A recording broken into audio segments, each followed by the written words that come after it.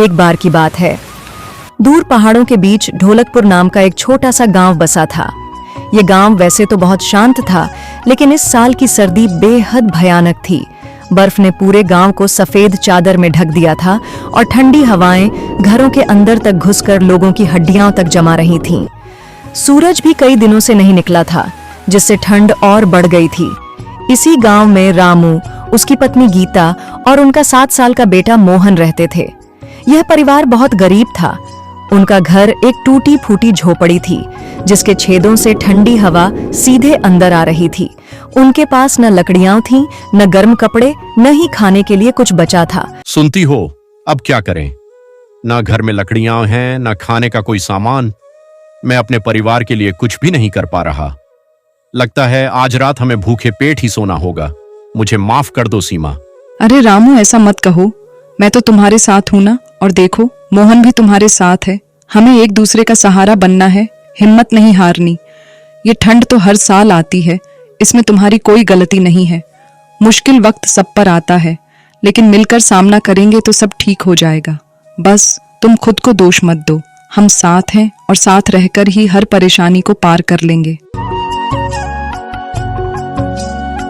मोहन ठंड से कांपता हुआ अपनी माँ से लिपट गया। माँ, बहुत ठंड लग रही है, मेरे हाथ पैर सुन्न हो रहे हैं। गीता ने उसे अपनी पुरानी फटी हुई साड़ी में लपेट लिया, मगर वह खुद भी ठंड से कांप रही थी। रामू बेचैनी से इधर उधर देख रहा था। उसने गहरी सांस लेते हुए कहा, मैं गांव में किसी से लकड़ी या खाने को कुछ मांगकर लाता हूं, वरना हम ये रात नहीं काट पाएंगे। गांव में सबसे पहले साहूकार के घर पहुंचा। उसने कांपते हाथों से दरवाजा खटखटाया। थोड़ी देर बाद साहूकार बाहर आया। क्या चाहिए रामू? उसने ठंडी आवाज में पूछा। रामू ने हाथ जोड़े। सेठ जी, मेरा बेटा ठंड से बुरी तरह कांप रहा है। हमारे पास न लकड़ियां हैं, न खाने के लिए कुछ बचा है। अगर थोड़ी सी लकड़ियां और थोड़ा सा खाना दे देते तो आपका बहुत बड़ा एहसान होता। मैं मजबूर होकर आपसे मदद मांगने आया हूं। कृपया मेरी सहायता कीजिए, नहीं तो मेरा परिवार इस कड़ाके की ठंड में भूखा प्यासा कैसे जिएगा। साहूकार ने उसे घूर कर देखा और कहा, अरे भाई, हमारे पास खुद ही लकड़ियां कम पड़ रही हैं। अगर हम तुम जैसे गरीबों को भी देने लगेंगे तो हमारे पास क्या बचेगा? और खाना हमारा परिवार पहले ही खा चुका है, अब कुछ भी नहीं बचा। हम तुम्हें कुछ नहीं दे सकते। जाओ, कहीं और जाकर भीख मांगो। रामू की आंखों में आंसू आ गए, मगर वह कुछ नहीं बोला। वह वहां से मायूस होकर गांव के दूसरे घरों में गया।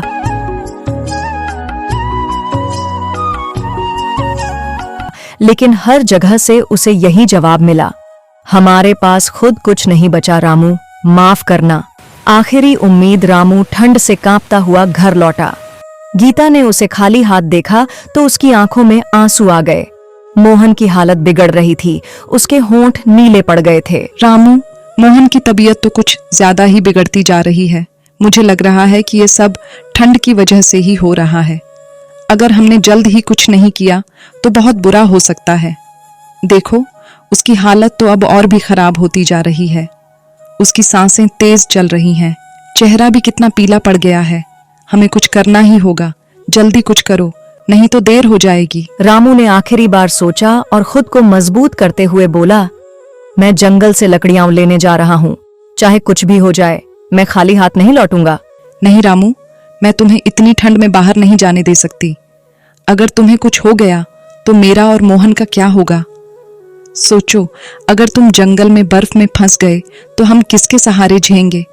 चाहे कुछ भी हो जाए, मैं तुम्हें जाने नहीं दूंगी। तुम्हारी जान से बढ़कर कुछ भी नहीं है। रामू ने छोटे बेटे की ओर देखा, जो ठंड से कांप रहा था। उसने धीरे से गीता का हाथ हटाया और दरवाजा खोलकर बाहर चला गया। तेज बर्फीली हवाओं में अपनी आखिरी उम्मीद लेकर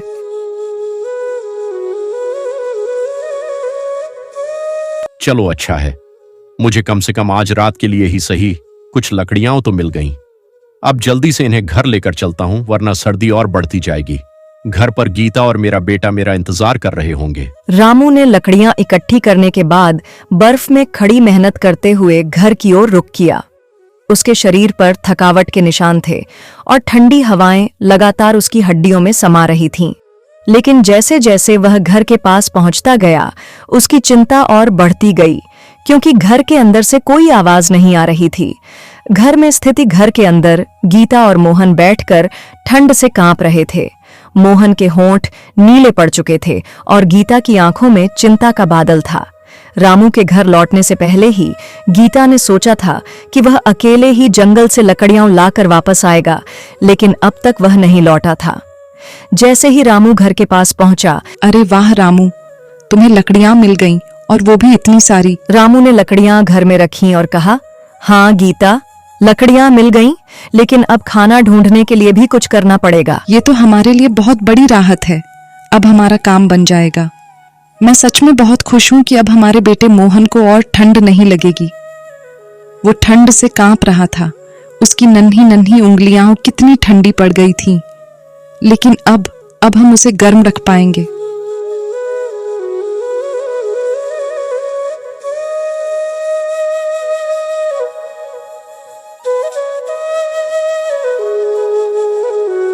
अगले दिन रामू ने सोचा कि गांव से बाहर जाकर किसी से खाना मांगने की कोशिश करनी चाहिए। उसने अपनी उम्मीद पूरी की और गांव के विभिन्न घरों में मदद मांगने गया। वह पहले धनराज काका के पास गया, जो गांव के सबसे अमीर आदमी माने जाते थे, लेकिन काका ने उसे यह कहकर मना कर दिया, रामू, मैं समझ सकता हूं कि इस वक्त तुम्हें मदद की सबसे ज्यादा जरूरत है, लेकिन बेटा, मैं खुद भी इस कड़ाके की ठंड से परेशान हूं। मेरी हालत भी कुछ खास अच्छी नहीं है। घर में राशन कम पड़ रहा है और ठंड दिन ब दिन बढ़ती ही जा रही है। इस वक्त मैं चाहकर भी तुम्हारी कोई मदद नहीं कर सकता। माफ करना बेटा। कोई बात नहीं काका, मैं समझ सकता हूं कि ठंड और भूख इंसान के लिए कितनी कठिन होती है। आपने अपना कीमती समय देकर मेरी बात सुनी, यही मेरे लिए बहुत है। कोई बात नहीं, मैं कहीं और जाकर अपनी किस्मत आजमा लूंगा। रामू निराश हुआ, लेकिन उसने हार नहीं मानी। वह फिर साहूकार के पास गया। साहूकार ने भी कहा, रामू, हम भी परेशानी में हैं, मुझे खुद कुछ नहीं बचा है। फिर रामू ने सोचा, अब मुझे कोई एक आदमी मिलेगा जो मुझे मदद देगा। वह निराश होकर वापस गांव की ओर लौट आया, लेकिन वह ठान चुका था कि वह हर हाल में कुछ तो करेगा। रामू का हौसला टूट चुका था, लेकिन उसे उम्मीद थी कि कोई न कोई उसकी मदद जरूर करेगा। वह गांव की एक बुजुर्ग महिला पारोबाई के पास गया। पारोबाई बहुत दयालु और नेक दिल थी और उसकी मदद से ही कई लोग गांव में अपने कठिन समय से बाहर आए थे। रामू ने हाथ जोड़ते हुए कहा, पारोबाई, कृपया मेरी मदद करो। मैं और मेरा परिवार इस ठंड में बहुत परेशान हैं। न खाने को कुछ है, न जलाने के लिए लकड़ियां बची हैं। अगर थोड़ी सी भी सहायता मिल जाए तो हम इस कठिन समय को काट सकें। मैं तुमसे दिल से गुजारिश करता हूं, हमारी मदद करो। पारोबाई ने उसे देखा और समझा कि उसकी स्थिति कितनी मुश्किल है। उसने रामू को कुछ दाल और चावल दिए और कहा, लो रामू, जितना हो पाया उतनी मदद कर रही हूँ। ये ठंड बहुत बेरहम है और भूख किसी से देखी नहीं जाती। मैं जानती हूँ कि इस वक्त तुम कितनी मुश्किल में हो, इसीलिए जो भी थोड़ा बहुत मेरे पास था तुम्हारे लिए ले आई। इंसान को इंसान के काम आना चाहिए और मुझे खुशी है कि मैं तुम्हारी कुछ मदद कर सकी। खुदा करे तुम्हारी परेशानियां जल्दी खत्म हो जाएं और तुम्हारे घर में कभी भी खाने पीने की कमी ना हो। लेकिन हाँ, आगे के लिए कोई काम धंधा देखने की कोशिश करो ताकि तुम्हें दोबारा यूं दर दर ना भटकना पड़े। मेहनत करने से ही जिंदगी समृद्धि है। पारोबाई, आपका दिल से शुक्रिया। अगर आप न होती तो मैं और मेरा परिवार इस कड़ाके की ठंड और भयंकर भूख से मर ही जाते। आपने जिस दया और उदारता से हमारी मदद की, उसके लिए मैं जिंदगी भर आपका आभारी रहूंगा। सच में ऐसे मुश्किल समय में जब हर कोई मुंह फेर लेता है, आपने हमारी परेशानी को समझा और हमें सहारा दिया। वह अब खुश था क्योंकि वह कुछ तो लेकर आ पाया था। घर में खाने का इंतजाम रामू ने घर पहुंचते ही गीता से कहा, गीता, हमारे पास अब थोड़ी बहुत चीजें हैं, अब खाना पका सकते हैं। गीता ने तुरंत चूल्हे में लकड़ियां डालीं और खाना बनाने की शुरुआत की। इस दौरान मोहन बर्फ के टुकड़ों में खेल रहा था, लेकिन उसके चेहरे पर कुछ राहत थी। भाई, बर्फ में खेलने में कितना मजा आ रहा है ना। चारों तरफ सफेदी ही सफेदी है और ये ठंडी हवा भी कितनी मजेदार लग रही है। लेकिन पता है, यही बर्फ हमारी सबसे बड़ी मुश्किल भी बन गई थी। इतनी ठंड की वजह से मेरे पापा काम पर नहीं जा पाए और हमारे पास खाने के लिए कुछ भी नहीं था। कई रातें हमने भूखे पेट बिताई वो दिन कितने कठिन थे ये मैं ही जानता हूँ। माँ पापा के चेहरे पर चिंता देखकर मुझे बहुत बुरा लगता था, लेकिन अब सब ठीक हो रहा है। बस उम्मीद है कि आगे से हमें फिर ऐसे दिन ना देखने पड़े। सच में मोहन, ये सुनकर मुझे बहुत दुख हुआ। मुझे पता ही नहीं था कि तुम इतनी मुश्किलों से गुजर रहे थे। हम सब तो बस बर्फ में खेल रहे थे, मस्ती कर रहे थे, लेकिन तुम्हारे लिए ये ठंड कितनी तकलीफ दे रही होगी ये सोचकर ही मन भारी हो गया। तुम्हारे पापा कितनी मेहनत करते हैं और फिर भी अगर उन्हें काम न मिले तो हालात कितने मुश्किल हो जाते होंगे। तुम्हें और तुम्हारे परिवार को इस ठंड में भूखा सोना पड़ा, ये सुनकर बहुत बुरा लग रहा है।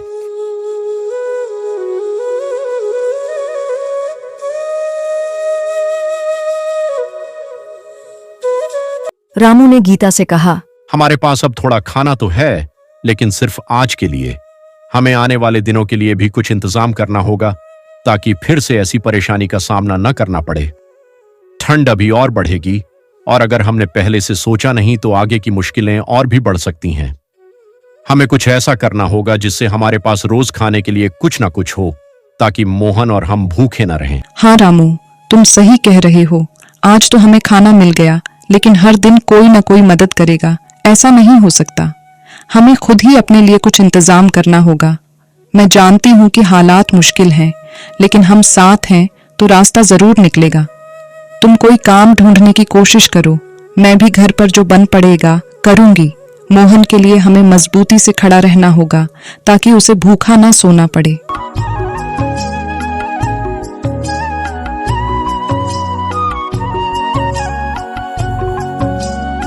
रामू ने अगले दिन फिर से काम की तलाश शुरू की। वह गांव के बाहर खेतों में मजदूरी करने गया और वहां कुछ दिन के लिए काम पाया। ठीक है रामू, अगर तुम्हें सच में काम की जरूरत है तो मैं तुम्हारी मदद कर सकता हूँ। मेरे खेतों में एक और मजदूर की जरूरत है और अगर तुम चाहो तो वहां काम पर आ सकते हो। मेहनत तो करनी होगी, लेकिन मैं तुम्हें अच्छी मजदूरी दूंगा जिससे तुम्हारा घर ठीक से चल सके। ठंड के इस मुश्किल वक्त में तुम्हें और तुम्हारे परिवार को सहारे की जरूरत है और अगर यह काम तुम्हारे लिए मददगार साबित हो तो मुझे भी खुशी होगी। साहब, आपने मुझे काम देकर मेरे परिवार की सबसे बड़ी परेशानी हल कर दी। मैं पूरे दिल से मेहनत करूंगा और आपकी उम्मीदों पर खरा उतरने की पूरी कोशिश करूंगा। सच कहूं तो कई दिनों से यही सोचकर परेशान था कि अपने परिवार के लिए रोजी रोटी कैसे जुटाऊं। आपकी दी हुई यह नौकरी मेरे लिए बहुत बड़ी है। अब मैं अपनी पत्नी और बेटे को भूखा नहीं देखूंगा। धीरे धीरे वह वापस अपनी मेहनत से जीवन को सुधारने लगा।